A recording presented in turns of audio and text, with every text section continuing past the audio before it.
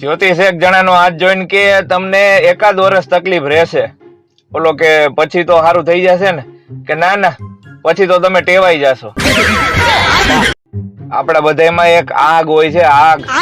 Doctor એને acidity કહે છે. હું તારા વગર શ્વાસય નથી લઈ શકતો. આઈ લવ યુ મારા નાક. કુંડળી તો સાસુ ને વહુની મેળવવી જોઈએ. છોકરા તો બિચારા ગમે એમ કરીને એડજસ્ટ કરી લે એવા હોય. કુંવારા હોવાનું એક દુઃખ એ છે કે રૂમમાં બધાય મચ્છર એક જ જણાને કરડે. બોલો હું લગ્ન પછી 50% જેવું થઈ જાય. પત્ની પતિને કે તમે જમવામાં બીટ ખાવાનું રાખો, એનાથી લોહી સુધરે. પતિ કે તારે સારી ક્વોલિટીનું લોહી પીવું લાગે છે.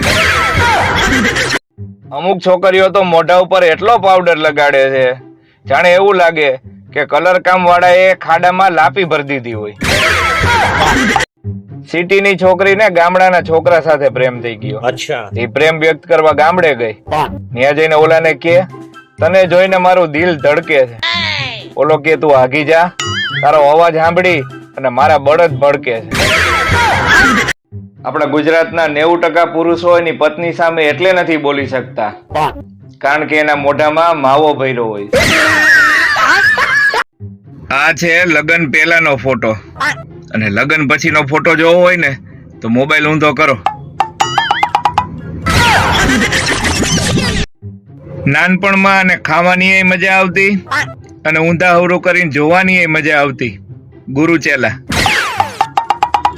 ભાઈ રીટા નામની છોકરી સામે કોઈ દી હામું થાવું નહીં કારણ કે જો એના નામની જેમ ઊંધી હાલે તો ટારી દે. એક પતિને કોકે પૂછ્યું કે તમારી પત્ની બાજવાના બાના ક્યાંથી ગોતે છે? ઓલો કે ઈ ખાલી મને જ ગોતે છે, બાના તો એની પાસે તૈયાર જ હોય. મારા બાપુજીની 7 ભાઈઓ. કેટલા? હા, એમાંથી 2 જ ભણ્યા, બાકી બધાય બૂસ મારું થયા. હું થયા? બૂસ મારું. હા, ઈ વખતે ઈ જમાનામાં ઈ 300 ના બૂસ મારતા. કેટલા ના? 300 ના. હા, ઈ બધાયને 2 છોકરા થયા. કેટલા થયા? 2. હા, ઈ બધાય હવે 30,000 ના બૂસ મારે છે. કેટલા ના? એલા બોલો તો ખરા તો વાત આગળ વધે. હા હા. પત્ની પતિને કે મારી સાસુ હારે મારે ભળતું જ નથી. પતિ કે તું મારી સાસુ હારે વાત કરવાનું બંધ કરી દે એટલે ભળવા મળશે. ભણવું અઘરું નથી સાહેબ, પણ ભણતી વખતે જે ઊંઘ આવે ને એને રોકવી અઘરી છે. પોલીસ વાળા કેદીઓને કે તમે કેમ કૂદીને ભાગી ગયા? ઓલા કે જમવાનું સારું નતું મળતું સાહેબ. એમ તો આ સળિયા શેનાથી કાપ્યા? કે ભાખરી થી. એક સ્કૂલમાં શિક્ષકે છોકરાને પૂછ્યું કે તારા પપ્પા શું કરે? ઓલો કે મારી મમ્મી જેટલું કે એટલું જ કરે. જો પુરુષને ઘરનું માથું કહેવાય તો સ્ત્રીને શું કહેવાય ખબર છે? ગરદન.